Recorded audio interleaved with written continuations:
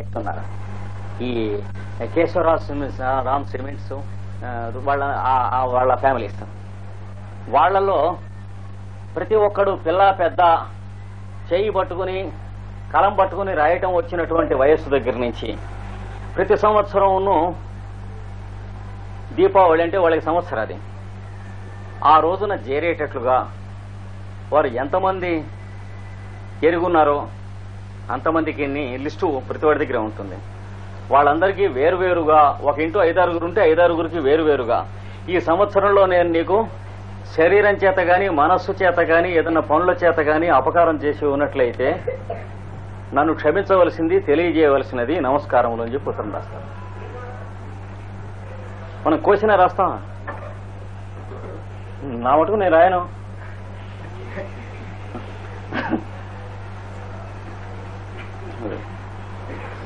Formality కింద రాసినా లాభం లేదు. ఆ రోజున రాయాలి కాబట్టి అందరికీ వస్తాయి, గబా వచ్చేస్తాయి, చూసుకోకుండా ఇక్కడ పెట్టేసేయటం, వీడు కూడా రాయటం, దానివల్ల ఏం ఉపయోగం లేదు.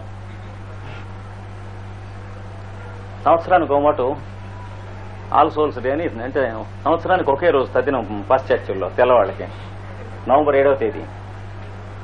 అంటే సంవత్సరంలో ఏ రోజు పోయినా ఆ రోజు తదినం పెడతారు ఎవరికైనా సరే.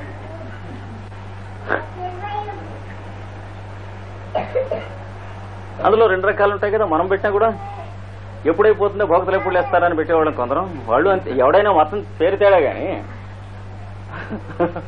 అలా కాకుండా పెద్దలు ఈ రోజున మన ఇంటికి వచ్చారు, దైవ స్వరూపులు అని వాళ్ళకి దైవానికి మనం పెడుతూ ఉన్నటువంటి నైవేద్యంగా పెట్టడం. ఇద్దరు ఉంటారు కదా, ఈ 2వ రకంగా పెట్టినటువంటిదే మీకు ఏమైనా ఉపయోగిస్తుంది. కనుక ధ్యానహేయములు, మీ ధ్యానంలో మార్పు రావాలి. ధ్యానం దేంతో జరగాలి? ప్రతి ప్రసవ ధ్యానము కలగాలి. అందుకని ప్రతి ప్రసవ హేయములు ధ్యానహేయములు అని చెప్పాడు. ఏవి? తత్వృత్తయ, ఆ పై చెప్పిన వృత్తులు. తత్వృత్తయ అంటే ఏ వృత్తులు? చిత్త వృత్తులు అని చెప్పాడు కదా.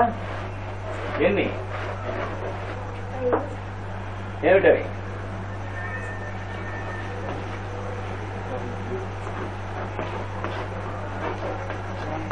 ప్రమాణము, యూజింగ్ ది మెటర్. విపర్యయము, రాంగ్లీ యూజింగ్ ది మెటర్. ఇవే వృత్తులంటే వృత్తయ అని ఉంది. ఎవడు తద్ వృత్తయ అంటే ఆ వృత్తులు అన్నాడు. ఆ వృత్తులు ఎన్ని రకములు? అక్లిష్టములు 5 అంటే ఇందాక చెప్పిన క్లేశములు తక్కనటువంటి వాళ్ళ మనస్సులో ఉన్నటువంటి చిత్తవృత్తులు 5. క్లిష్టాహ అక్లిష్టాహ. క్లిష్టములు ఎన్ని రకములు? ఇంటూ 5. ఏమిటవి? అవిద్య అంటే అవిద్య ప్రమాణం కలవాళ్ళం ఉంటాం, అవిద్య విపర్యయం కలవాళ్ళం ఉంటాం, అవిద్య వికల్పం కలవాళ్ళం ఉంటాం, అవిద్య నిద్ర గలవాళ్ళం ఉంటాం. అంటే అవిద్య నిద్ర అంటే నిద్ర పట్టకపోతే కేటలెప్సీకి మత్తిచ్చి పడుకోబెడతారు, అది నిద్ర అని అనుకుంటాం. అలాగే అవిద్యా స్మృతి గలవాళ్ళం ఉంటాం, అక్కడ మనం వర్ణించుకున్నాం ఇవన్నీ. అలాగా ఒకదాంతో 5, రెండవ దాంతో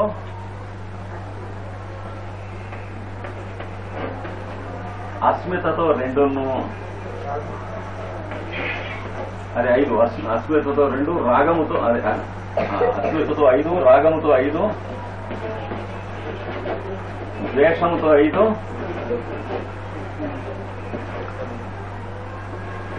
అభినివేశంతో 5. 5 5లు అయ్యా 25 ఒరిజినల్ 5 మొత్తాన్ని నెలకి తారీఖులు.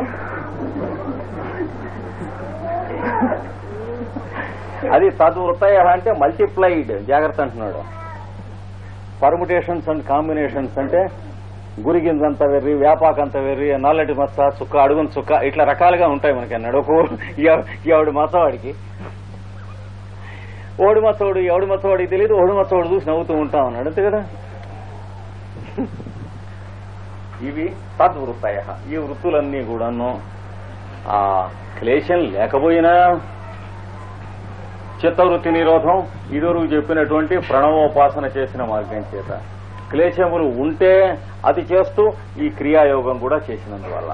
అది కనుక క్రియాయోగం ఎక్స్ట్రాగా ఎందుకు పనిచేస్తుంది? ఈ క్లేశములు క్లిష్టములైన చిత్తవృత్తులు కలవారికి క్లిష్టముల నుండి విడిపించుటకు. కనుక ఈ మార్గమును ప్రతిప్రసవ మార్గము అందరూ. అంటే యాంటీపతి, న్యూట్రలైజింగ్ టైప్ ఆఫ్ మెథడ్ ఉన్నటువంటి మార్గాన్ని న్యూట్రలైజ్ చేయడానికి కావలసినటువంటి మార్గం అని అంటారు. అది పద్ధతి. మాస్టర్ సి గారి దగ్గరికి ఆయన వచ్చేట పాదాల మీద ఇట్లా ఫ్లాట్గా పడిపోయాడు, పూర్తిగా హారిజాంటల్గా. అంటే శరణాగతి అని అర్థం పడితేసాం. సరెండర్ అంటారే, సరెండర్ అంటే ఫిజికల్ గా పట్టం కదా. సార్ పడిపోతే కొంచెంసేపు అయిన తర్వాత సరే లేదన్నట్టు, మరి పడ్డాక లేవాలి కదా. సరే లేచాడా. ఏమిటి అని అడిగితే ఆపదలో ఉన్నాను. పర్లేదు తగ్గిపోతున్నాను. వాళ్ళు ఎప్పుడు పర్వాలేదంటారు, ఎందుకంటే మనం ఆపదలో ఉన్నాం అని చెప్పినవి చాలా అల్ప విషయాలు. అందులో ఆపదలు ఏముండవు అంటే అప్పులో మనం చేసుకున్నవే కదా, అంచేత ఏడిసేవలే తగ్గిపోతాయిలే అని చెబుతారు వాళ్ళు. కనుక్కోకుండా ఏమిటో అక్కర్లే, అడగక్కర్లేకుండా. ఎందుకంటే మనం ఆపదలను పిలిచే ఎంత లెక్కలో ఉంటాయో వాళ్ళకి తెలుసు. ఇది అనారోగ్యం, చచ్చో పుచ్చో నీరసం, పోతామో అని అనుమానం, ఇట్లాంటి అల్ప విషయాలు. అదేమిటంటే అది అల్ప విషయాలు అంటారు అని వాడిని మనం అడుగుతాం గురువుని. అదే పోతామని అనుమానంగా ఉందంటే పోతే దానికి ఏంటో పొత్తిపోని అంటాడు అనుకో. అయ్యో విడుతుంపగా వీడి గురువు ఎందుకు ఇంకా అనిపిస్తుంది. ఇలాంటి షాకులు తినిపించేవి చాలా ఉన్నాయి వాళ్ళ దగ్గర. మరి శరీరం పోతే నీకేమయ్యాని ఉంటావు కదా అంటాడు వాడు. మరి ఈ పెళ్ళం పిల్లలు వీళ్ళంతా ఏమవుతుంది, నువ్వు పుట్టకపోతే ఏమయ్యేవాళ్ళు అని అడుగుతాడు. అప్పుడు మనం ఆలోచించడం మొదలెడతాం.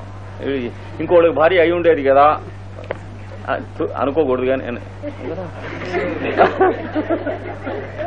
ఏమి లాభం లేదు, కివిన్ నాస్తి అనుకోక మీరు తెచ్చే సొల్యూషన్ ఏమిటి? ఇప్పుడు మనం పుట్టకపోతే లేదా మ్యారేజ్ లోపలే మనం ఆత్మహత్య చేసుకుని ఉంటే ఆవిడ ఇంకోటి ఇచ్చేసి ఉండేవాళ్ళు లేదా అలా అనుకుంటాం. ఎందుకంటే ఆన్సర్ అది ఒకటే, యాక్సిడెంటల్ గా మనకి ఇచ్చారు కాబట్టి. కానీ ఎవరికైనా అంతే విషయాలంతే, అంతకంటే ట్రూత్ లేదు వాటిలలో, ఇన్సిడెంట్స్ లో. అవి వాళ్ళకి తెలుసు. అంచేత నేను పోతానేమోనంటే సరే కానిలే అంటాడు వాడు. ఆఫ్టర్ ఆల్ తర్వాత సంగతి ఆలోచించంటాడు. ఇంకా తర్వాత ఏముంది మట్టి అంటాడు వాడు. ఓ పెద్ద కాలిటెక్స్ ఆఫీసరు 12 ఏళ్ల కింద ఈ ఊళ్ళో పోతాడని డాక్టర్స్ అందరు చెప్పారు సార్. కబురు పంపించాడు, చిన్నప్పుడు మా క్లాస్మేట్. సరే వెళ్ళి చూసి రాత్రి అందరు వెళ్ళిపోయిందా కూర్చోబెట్టాడు 10ంటికి. ఏమిటంటే తలుపు దగ్గరేసి ఏం లేదు. అతడు 3వ మాట వివాహం చేసుకున్నాడు. చాలా చిన్నపిల్ల ఆ అమ్మాయి. తనకు ఆవిడికి 19 సంవత్సరాలు తేడా ఉంది వయసులో. చాలా అందంగా ఉంటుంది, పైగా అదో చికాకు. అప్పుడు వాడు నన్ను అడిగాడు తలుపుల దగ్గరికి వేసి, నేను పోతే అప్పుడు ఈవిడ బిహేవియర్ ఎలా ఉంటుందో అనేటువంటిది ఒకటి నాకు చాలా ఇదిగా ఉంది అన్నాడు. ఎవరి సంగతి అంటే నా వైఫ్ సంగతి అన్నా. నువ్వు పోయాక నీ వైఫ్ ఏమిటన్నా అంటే నేను ఆలోచించలేదు, దట్స్ ట్రూ అన్నాడు. వాడికి అది వదిలేసింది. కానీ పోలే, ఇప్పుడు ఉన్నాడు కూడా.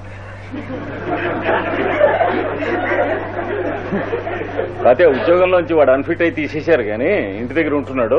ఆస్తి గీస్తి ఉంది. ఆచార్యులే మావాడే, అంటే మావాడు కదా అరవాచార్యులు అనుకోండి. ఇప్పటికీ ఉంటూనే ఉన్నాడు వాడు. బానే ఉన్నాడు. ఆవిడ్ని ఫ్రీగా ఉండనివ్వాలి అంటే వాడు పోతే ఫ్రీగా ఉండేది. వాడు అనుమానించింది జరిగి ఉండేది, అది ఎలా చేయలేదా. కనుక ఈయన చెప్పినటువంటి ప్రతిప్రసవ హేయములు అనేటువంటివి ఉన్నాయి. క్రమంగా చిత్తవృత్తులు నిరోధం జరగటానికి క్రమంగా ఈయన చెప్పాడనమాట. ఇది పద్ధతి.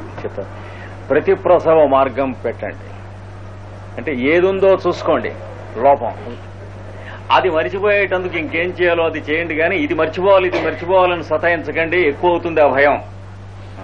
అది చేసేది. ఇప్పుడు పిల్లవాడికి డాక్టర్ ఏమో జ్వరంగా ఉంటే చూడమని పిలిచారు. జ్వరానికి మందిస్తూ వాడు ఊరుకోకుండా ఏం చేశాడు, అక్కడ సబ్మెరీన్స్ తిరుగుతున్నాయటండి అమెరికన్స్.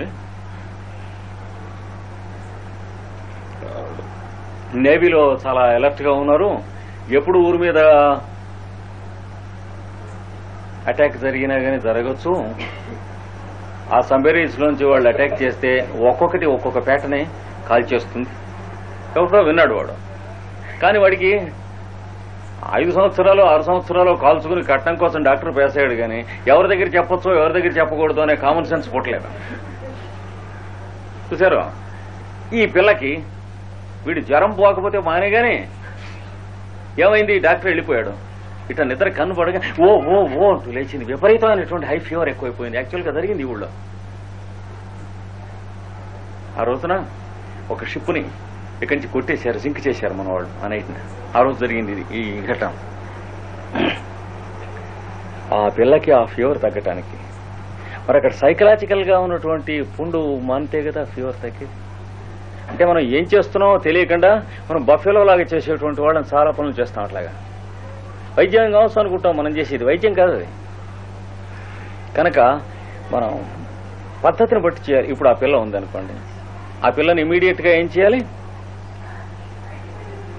ఒక కారులోనో లేకపోతే ఒక రిజర్వ్డ్ కంపార్ట్మెంట్లోనో ఎక్కించి ఏ ఊరో తీసుకెళ్లి ఇక్కడి నుంచి చాలా దూరం వెళ్ళిపోయాం అనేటువంటి సెన్స్ ఆవిడికి పుట్టించాలి. పుట్టించి మీరు మంది ఇవ్వండి, ఇవ్వకపోండి, తగ్గిపోతుంది. అంతేగాని ఇక్కడ కూర్చోబెట్టి సబ్మెరీన్స్ వస్తే మాత్రం మనకేం, ఎన్ని గుండెలు వాళ్ళకి బాంబులు వేయడానికి వేస్తారా, వేస్తే మాత్రం మన వాళ్ళు ఊరుకుంటారా, వాళ్ళు ఒకటి వేస్తే మనది ఒక పేట పోతే వీళ్ళు 2 వేస్తారు, వాళ్ళ సబ్మెరీనే మునిగిపోతుంది. వీటితో ఆ పిల్లకి తగ్గుతుందా, ఇంకా ఎక్కువ అవుతుంది. కానీ మార్గం మాత్రం చూసుకోండి, ప్రతి ప్రసవ హేయము అయినటువంటి మార్గం చేయండి అన్నాడు. ఏం చేస్తే ఆ పిల్లని ఎక్కడికి రిమూవ్ చేస్తే, తర్వాత ఎలాంటి ఫ్రెండ్స్ తో కూర్చోబెట్టి మాట్లాడితే, తర్వాత ఏ రకమైనటువంటి సత్కాలక్షేపములు చేస్తే ఆ అమ్మాయికి డాన్సో మ్యూజికో నేర్పించడం మొదలెట్టండి 2-3 నెలలు ఆ కొత్త ఊళ్ళో. తర్వాత మళ్ళీ తీసుకొచ్చినా ఏం పర్వాలేదు. అప్పుడు మీరు చేసింది డాన్స్ మ్యూజిక్ నేర్పడం వైద్యమా అని అడిగితే వైద్యమే. అది ప్రతి ప్రసవ హేయం. అంటే మంది ఇవ్వటం, మాత్ర వేయటం, ఠా అని ఆగటం అదొకటే వైద్యం, అది మంగళ వైద్యం. ఇది మందు వేయటం తగ్గటం అనేది పెద్ద వైద్యం కాదు. అది మహా అయితే 20% అన్నాడు జ్వాల్కూల్ గారు.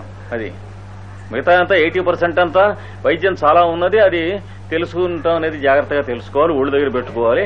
మనం మందుల ద్వారా చేసేటువంటి వైద్యం అది ఏదో వెటర్నరీ వైద్యం లాంటిది, 20% అని చెప్పాడు. సరే, కనుక ప్రతి ప్రసవ హేయములు. చిన్నప్పుడు జడత్వం చెందాడు కుర్రాడు, చదువు రావటం లేదు. కారణం ఎక్కడ ఉంటుంది, బాగా చిన్నతనంలో.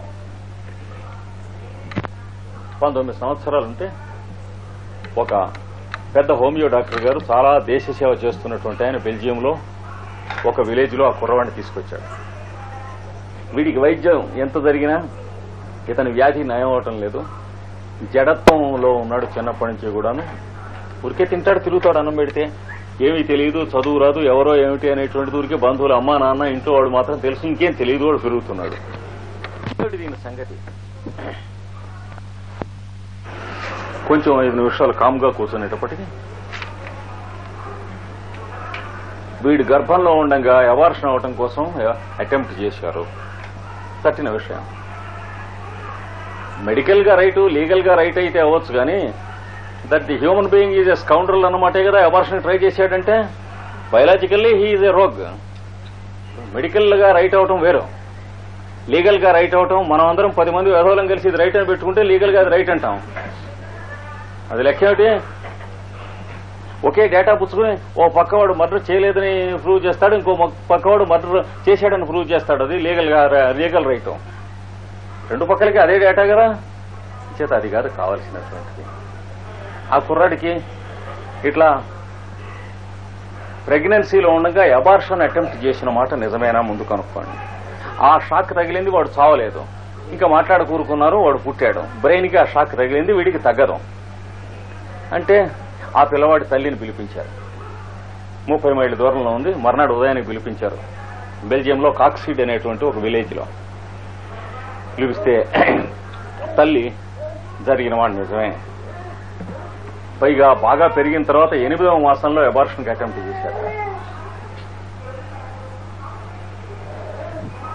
మన దేశంలో కూడా అలాంటి దౌర్భాగ్యులు ఉన్నారు. వాళ్ళు ఎక్కువ, కొంచెం పర్సంటేజ్ ఎక్కువ, అంతే తేడా. అంటే హ్యూమన్ బీయింగ్సా, వెటర్నరీ హ్యూమన్ బీయింగ్సా అన్నది కొంచెం పర్సంటేజ్ తేడా తెల్ల జాతికి మన జాతికి. ఇంకొక 10 సంవత్సరాలు అడిగితే మనకు కూడా ఆ పర్సంటేజ్ టచ్ అవుతూ ఉంది క్రమంగా. అందులో ఏం తేడా లేదు. కానీ అక్కడ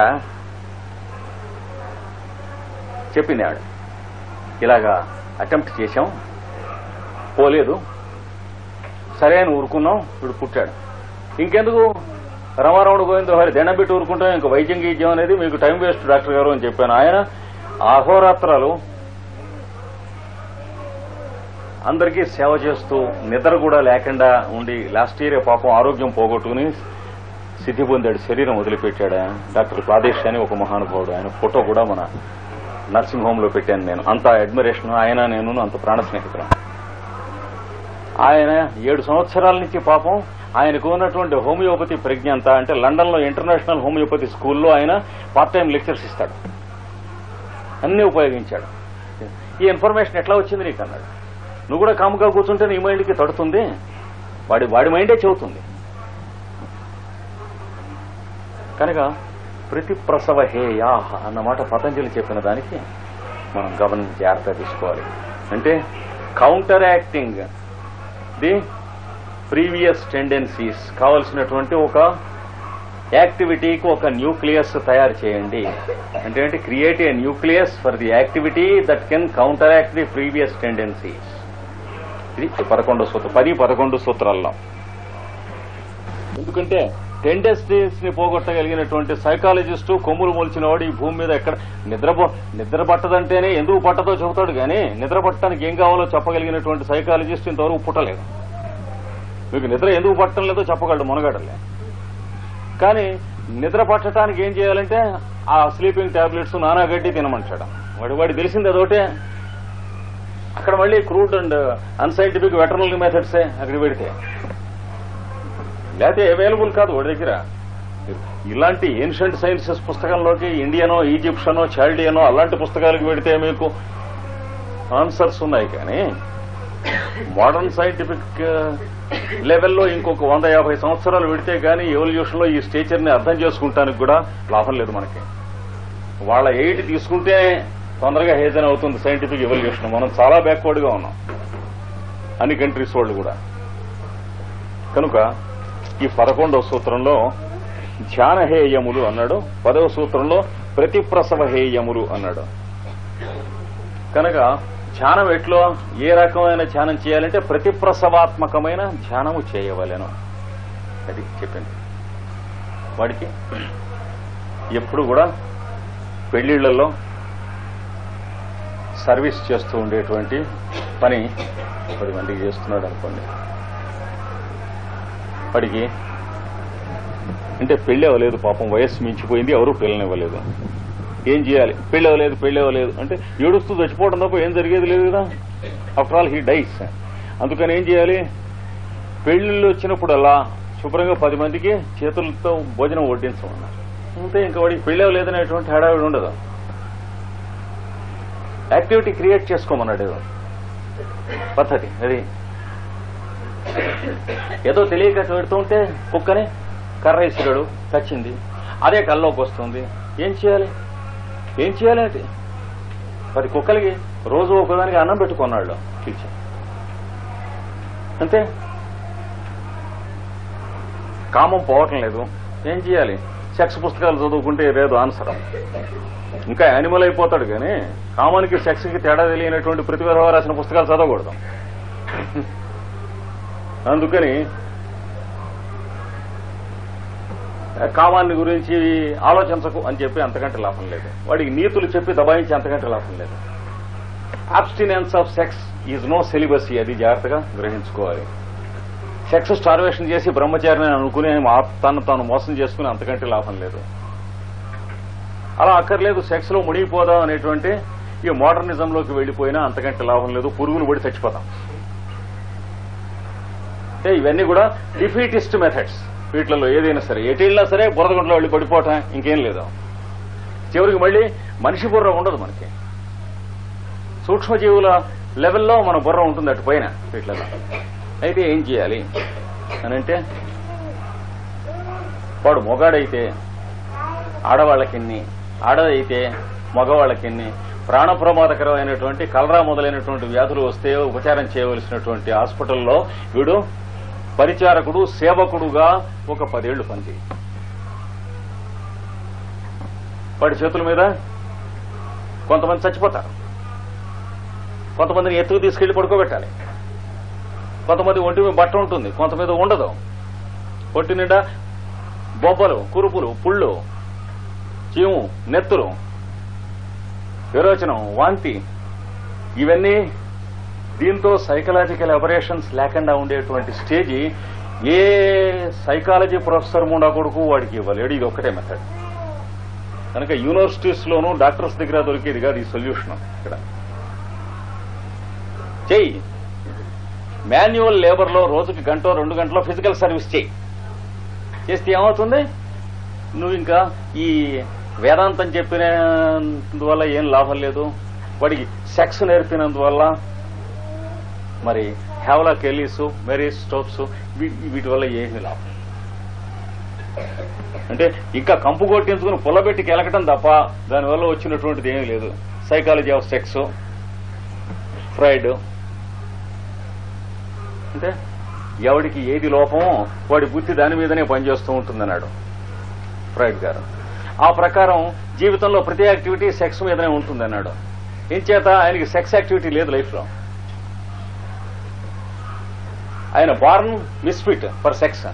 చూడండి మీరు ఆయన జీవిత చరిత్ర ఆయనే రాశాడు. ఆ సిద్ధాంతం, ఆ సూత్రం ఆయనే రాశాడు, ఈ సూత్రం ఆయనే రాశాడు. భక్తి దగ్గర నుంచి, తల్లిదండ్రుల దగ్గర నుంచి, తల్లికి బిడ్డ మీద, బిడ్డకి తండ్రి మీద ప్రేమ దగ్గర నుంచి సెక్స్ యొక్క విపరిణామములే అని రాశాడు యాక్టివిటీ. ఏం చేత రాశాడంటే ఆయనే ఇచ్చాడు ఆన్సర్. ఎవడికి ఏది లోపమో అన్ని కూడా అందులోనే చూస్తాడన్నాడు. కోపడుకోండి, మీ దగ్గర ఆన్సర్ లేదు కోపం వచ్చినా. అయితే చాలా మంది బుర్రలు అది చదువుకుని ఏమి అవలేదు, దానికోసం రెడీగా ఉన్న ఏదన్నా కన్ఫ్యూజ్ అయ్యానే కానీ మిగతా వాళ్ళు పిచ్చిముండ కొడుకు అనుకున్నారు. అప్పుడు అంతే, ఇప్పుడు అంతే, రేపు అంతే.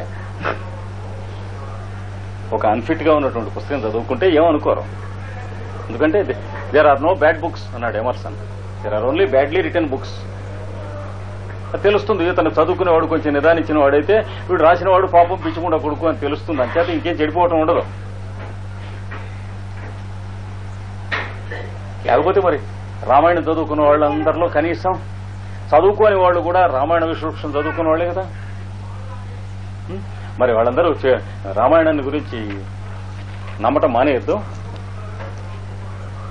నమ్మటం ఎవడు మానేయడు. వాడు ఎవడు నమ్మకం వాడిదే గమ్మత్తుకు చదివి అవతల పారేస్తారు ఓ మాట.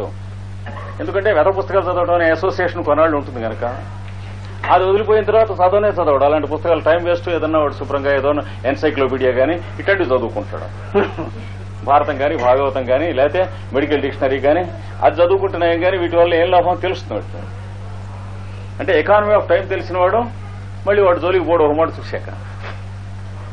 సరే, అది ఇక్కడ చెప్పింది. నెక్స్ట్ ఇంకా 12వ సూత్రం. కనుక ప్రతిప్రసవ హేయము అని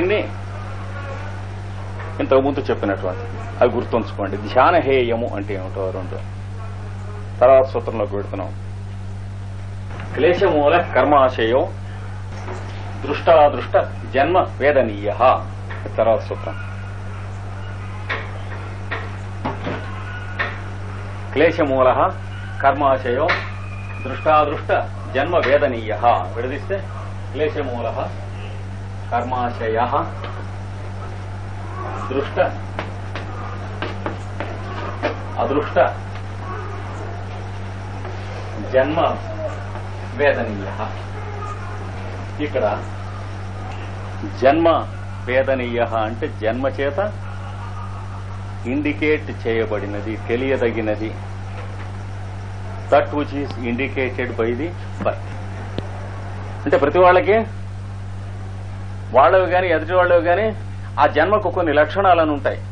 మీ నుండి నేను, నా నుండి మీరు ఎట్లా వేరుగా గుర్తింపబడుతున్నారు, అవి జన్మ లక్షణాలంటే. వాటి చేత వాడు వేదనీయుడు అంటే హీఈస్ నోన్ బై దెమ్. అవి ఎలాంటివి? దృష్ట అదృష్ట. అవి రెండు రకములు ఆ లక్షణాలు, దృష్టములు అదృష్టములు. దృష్టములంటే చూడబడినవి, అదృష్టం అంటే లెక్క కాదు, చూడబడనివి. గుర్ర పందాలు అవి కావు, చూడబడనివి. దృష్టములు అదృష్టములు అయినటువంటి జన్మవేదనీయములు ఉన్నాయి.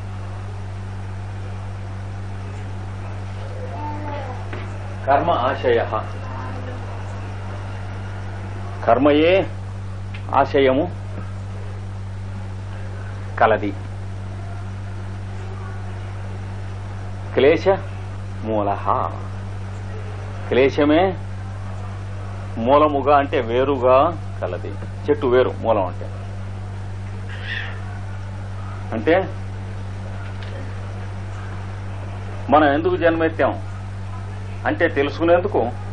మన తరహా ఏమిటో దాన్ని స్టడీ చేస్తే తెలిసిపోతుంది. ప్రతి ఒక్కడికి ఓడు నలుగురు బిజినెస్ పెట్టారనుకోండి, ఓడు చిత్తైపోతాడు. అంటే 3 నెలల ఏటికి కుర్చీలు గిర్చీలు అమ్మేస్తాడు, అవి డబ్బులు కట్టాల్సి వస్తే పొరుగురు వెళ్ళిపోతాడు. అంటే వాడు ఇదివరకన్నాడు బిజినెస్ పుటం పెట్టినా చేసిన వాడు కాదు, డబ్బులు తగలబెట్టడం చేత అయినటువంటి వాడు. అంటే he's a glutton and a spendthrift by nature. వాడు బిజినెస్ పెడితే ఏమవుతుంది అంటే క్లెప్టోమానియాక్ గా పుడతాడు. పుట్టేటప్పటికే వాడు డబ్బులు చూస్తే బతకనీయుడు అనే వ్యాధితో పుడతాడు వాడు. మరి వాడి చేత వాడి తండ్రి ఏం చేయించాలి? నిన్ననే పాపం విజయవాడలో ఒక వైశ్యుడు మా అబ్బాయి చేత బిజినెస్ చేత పెట్టించకు, నువ్వు పెట్టించి వాడి చేత పని చేయించు అంటే నామర్ద ఫీల్ అయినాడు. వాడు అబ్బాయి చేత పెట్టించాడు, అన్ని వెళ్ళిపోయినాయి. ఎందుకని? అదే చెబుతున్నాడు ఇక్కడ. వాడు పనికి వస్తాడు, ఓడి వెళ్ళిపోయింది. రెండో వాడు బిజినెస్ అలాగా చచ్చి చెడి సాధించుకొస్తున్నాడు. విపరీతమైనటువంటి చాకిరీ, పొద్దున్న రాత్రులు ఊరికే బాంబే, కలకత్తా, ఢిల్లీ ఇలా తిరుగుతూ ఉంటాడు అనమాట. ఎంత మిగులుతుందయా అంటే ఆ వచ్చిన దానికి ఇంట్లో ఖర్చులకి, వీడు స్టాఫ్ కి, దానికి దీనికి సరిపోను. అప్పుడప్పుడు 100 రూపీస్. ఎందుకు ఈ బడగ చాకరీ? కామన్ సెన్స్ లేదు వీడికి. వీడు కూడా బిజినెస్ మ్యాన్ కాదు, బిజినెస్ చేద్దాం అనేటువంటి తాపత్రయంతో ఎవడో బిజినెస్ చేస్తున్న వాడి దగ్గర పంఖా లాగడం, బూట్లు తొడవటం చేసినటువంటి వాడు ప్రీవియస్ బర్త్ లో. ఎక్స్పోర్ట్ చేస్తున్నామండి అంటాడు. ఎక్స్పోర్ట్ చేస్తుంది రైతే, ఊరికే ఈ పూట ఎక్కడ ఉంటాడు, రేపేమో బాంబేలో ఉంటాడు, ఎల్లుండి హైదరాబాద్ లో ఉంటాడు, పైన ఢిల్లీలో ఉంటాడు, మళ్ళీ సిలోన్లో, కింది నుంచి పైకి, పైనుంచి కిందికి. అంటే ఆ తిరిగే రూట్ ఎకానమీ కూడా తెలియదు వాడి బుర్రకి. అంటే ఏ ఊరు నుంచి ఏ ఊరికి వెళ్లాలో ఎన్ రూట్ కూడా తెలియదు వాడికి. బఫెలో బాంబే వెళ్లి అక్కడి నుంచి కలకటా వెళ్లి ఢిల్లీ పెడతాడు, అక్కడి నుంచి సిలోన్ వచ్చి అక్కడి నుంచి ఆగ్రా పెడతాడు. ఏమిటంటే ఒక్కసారి తీరటం లేదంటాడు. అంటే that he's an idiot and he's never fit to conduct any business. అయితే అడ్రస్ వస్తున్నాయి కదండి, ఎంత మిగులుతూ ఉందండి? ఈ మిగులుతుందండి ఖర్చుల్లో. వాడు దిగితే బాంబేలో దిగామనుకోండి, సెంటార్ హోటల్లో దిగాలి, లేకపోతే బిజినెస్ వాడికి నష్టం కదా. సెంటార్ హోటల్లో దిగితే రోజుకి ఎంత అవుతుంది? 1200 రూపాయలు. 3 రోజులు ఉంటే 3 12 3600 రూపాయలు. అంటే 360 days లో తిరిగి వస్తుంది. అంచేత he's a born idiot for business. రెండవది. మూడవ వాడు బిజినెస్ కి వాడు వాళ్ళ నాన్నేమో మా గుంటూరులో మా చిన్నప్పుడు వ్యాపారం చేస్తూ ఉండేవాడు. చేస్తుంటే నేను సొంతంగా చేయాలని చెప్పి వాడి ఊరికే దురద. వాళ్ళ నాన్న చేస్తున్న బిజినెస్ వాడికి నచ్చలేదు. ఎందుకంటే ఉప్పు, చింతపండు, బియ్యం అవన్నీ చేసి వాడిని వీడిని తీసుకొచ్చి అక్కడ కొనుక్కొచ్చి ఇక్కడ తప్పుడు ధరలు చెప్పి మధ్య కొట్టేస్తూ ఉండేవాడు. అది వాడికి ఇష్టం లేదు. ఏదో వస్తే మహా అయితే బస్తా మీద 10 రూపాయలు వస్తుంది, మరీ బొంకితే. వాడు పట్టుకుంటే మళ్ళీ ఉండవు మన దగ్గర, అంతే కదా. ఏడిచినట్టుంది బిజినెస్ అని. నేను బిజినెస్ చేస్తా అంటే వాళ్ళ నాన్న ఒప్పుకోలేదు. వీడికి ఏం చేసేవాడు? వీడి చేత ఉప్పు బస్తాలో పోసి రోడ్లంబడి అమ్ము అనేవాడు. వీడికి ఒళ్ళు మండింది. ఓ రోజున 10,000 రూపీస్ తీసుకుని బాంబే పారిపోయాడు. ఇప్పుడు గుంటూరులో ఉన్నాడు ఇప్పటికీ. నేను ఇవాడు గుంటూరు వెళ్ళినప్పుడు చూపిస్తాను, మనకి చాలా సన్నిహితులు. సరే, బాంబే వెళ్ళిపోయిన తర్వాత 3 రోజులు పాపం తిరిగాడు. ఊరు అక్కడ బిజినెస్లు పద్ధతులు ఏం అంతు పట్టలేదు. ఎట్లా పడతాయి? కొత్తవాడైనా పట్టకపోయేటప్పటికి అపకారం చేశాం. చాలా తండ్రికి కూడా నొప్పి కలిగించేటువంటి పని చేశాం.